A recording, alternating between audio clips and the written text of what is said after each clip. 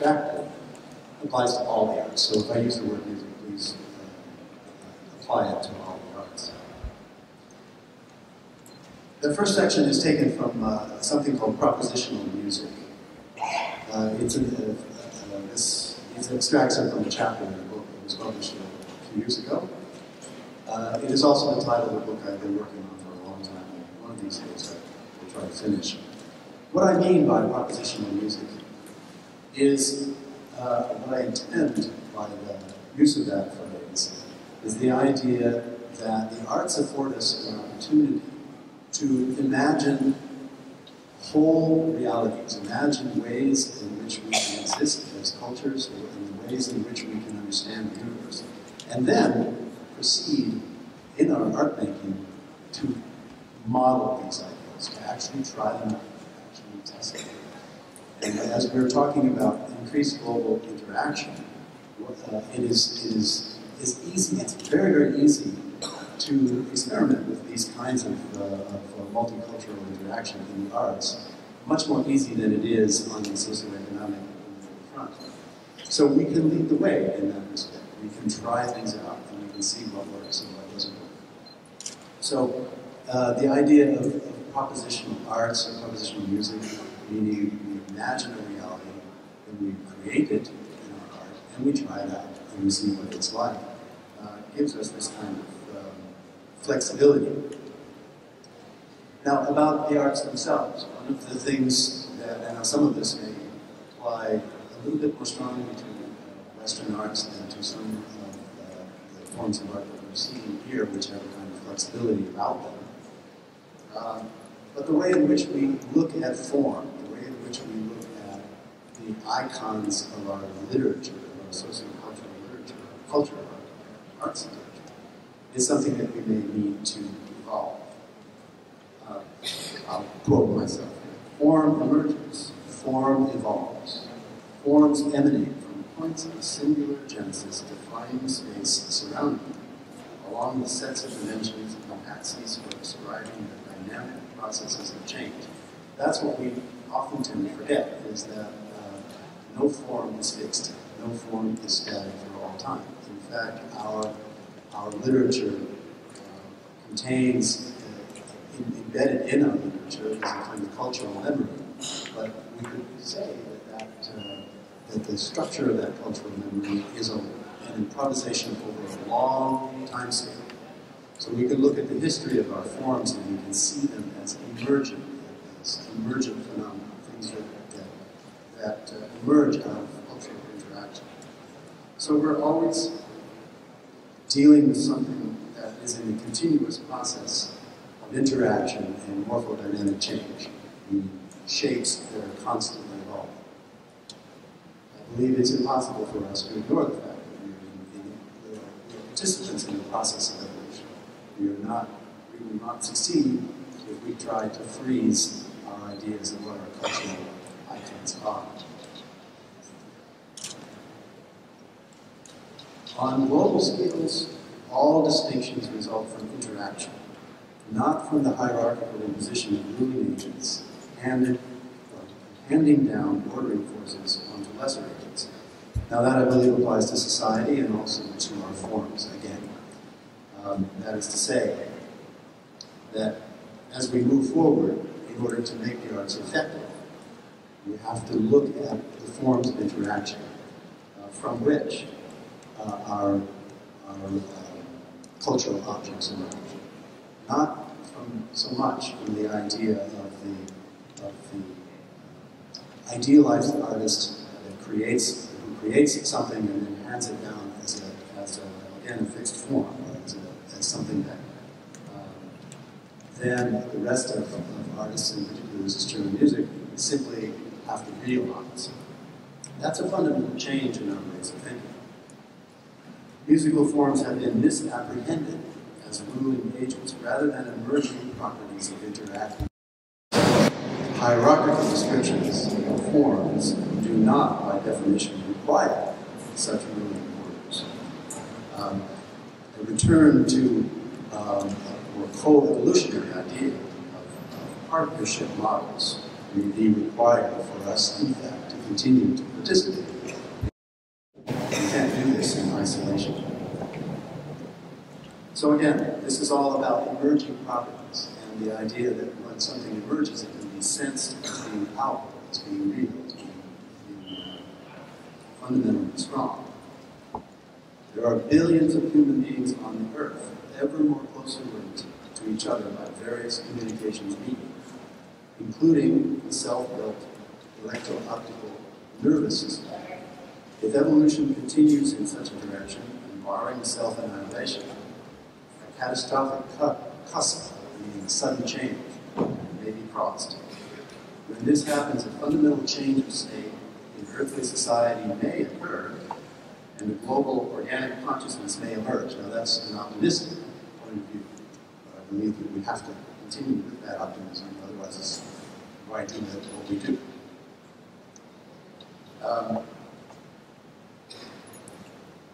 It's easy to see how, by looking at the world today, how a group of sufficient size can become a medium for newly emerging forms.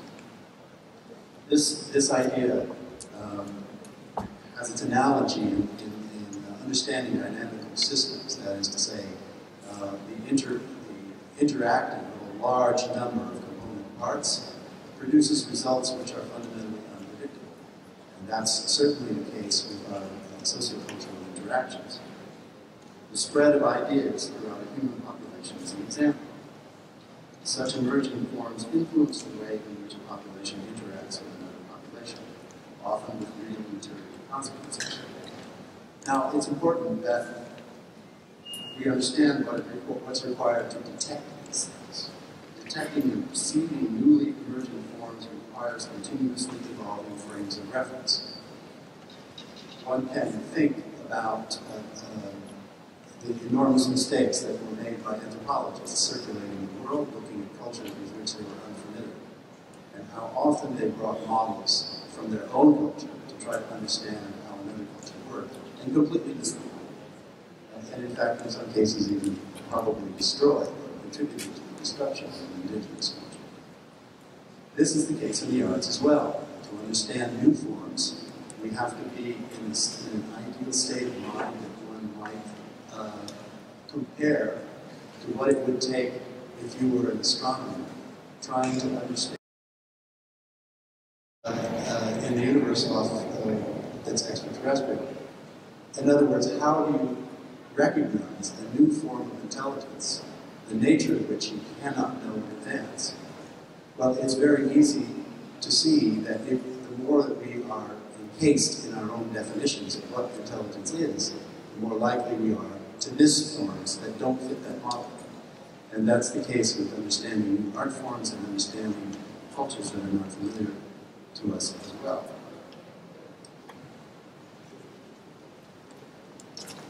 This involves a fundamental engagement with the idea of transformation. That is, we have to be able to see ourselves as constantly evolving, and that we're involved in a transformational procedure. Accepting continuous transformation as a fundamental principle of the universe may require the redefinition of ourselves, of our ego.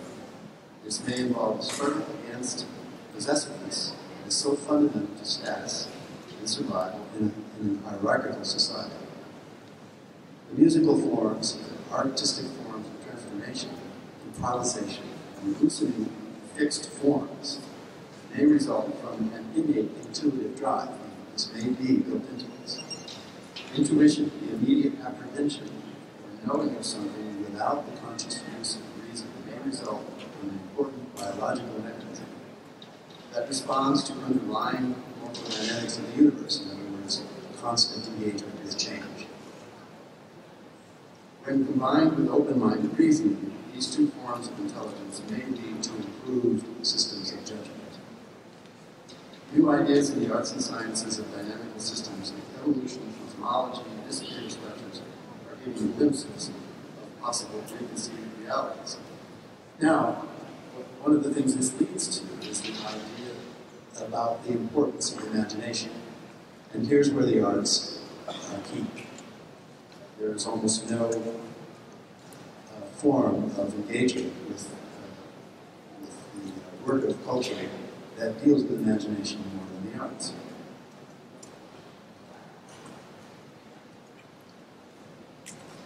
We may be moving toward a new kind of paradigm that I call in this extract holarchic interactive descriptions of emerging phenomena. During the current era, art seems to be moving towards a natural confrontation with the beautiful holarchical forms of the natural universe. And by holarchic, it means that one looks at things from the top down and the bottom up at the same time. There is no priority given to a hierarchical view. This is happening on many levels of society, and the common theme is interactivity.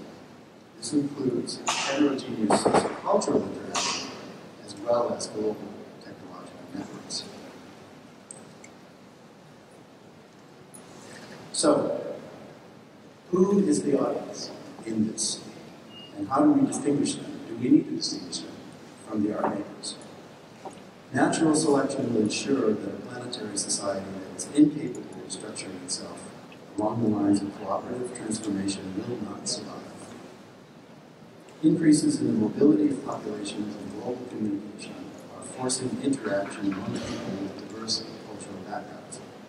Such admixture of peoples is probably the most powerful energy source driving our cultural transformation. The fact that the technological facility to create global interactive networks with virtual and embodied realities is being developed at the same time as the growth in cultural juxtapositioning will result in major transformations of society. So we have to be ready for that. We can only partially glimpse the results at present. We know the emergent global properties among many interactive components are fundamentally unpredictable. Therefore, we must be able to recognize them and interact in what we determine to be the appropriate manner, using our best judgment and without having full knowledge in advance. So it may seem scary. This requires a mixing of an understanding of that language is co-creative and an understanding of imagination. Because without that, we will never be able to understand really the roots of empathy, altruism, and self-consciousness. In order to imagine the experience of another human being, and imagine what it might be like to experience it by oneself, the understanding of how imagination works is key. This underscores, again, the role of the arts and how it can help. Co-creative, interactive communication may only be possible among forms of intelligence in which altruism and empathy have ascended naturally in evolution. In communication, to accurately represent something, represent an object, the communication object must be a thing itself rather than a sign of a significant. The sign, the label, and the significant are distinct. The sign is illusory. The relationship between them has to be imagined. Communication then only takes place if the imaginations of various parties in communication are the same. In other words, if I send you a symbol of something, you can only receive it if you imagine what that symbol means the way I imagine what that symbol means. And of course, that can never be exactly the same. So communication is two-way and co-creative. It has to be for it to survive, or for it to work. So the arts can help us in understanding that co-creativity and imagination. Culture can have no spatial and temporal limits. Culture is endlessly open. Any open form involves a joyous struggle. The possibility for positive evolution in the human struggle requires that organized societies cease to constrain that which emerges. Rather, it must blur the boundaries of what we do together, which is the authentic, emergent form of culture. And that motion must be global. This is very important in our time of divided governments, working against the forces of increasing the shared cultural information. We are reminded of Jean-Jacques Rousseau's famous declaration, "Man is born free, and everywhere he is in chains." Reducing ignorance and neutralizing pertinacious hoarders of opinions, to paraphrase T.S. Eliot, minds not gifted to discover truth, but tenacious to hold it, is our only hope. In order to engage in competition, in order to engage in conflict, in order to engage in war, we must first convince another to see us as the enemy. The competitor with whom I want to compete may not recognize me as a competitor until I persuade him to act that way. The arts can help mitigate this, work against this. The arts can help because the community of artists is co-creative. The field of human imagination is infinitely pluralistic and non-concurrent. Therefore, culture must come from co-creative emergence. Communication and language are co-creative agreements. The arts can be about learning to be positively engaged in such agreements. We take energy from our experience of the global community of artists, while recognizing differences is remarkably, necessarily, organically unified.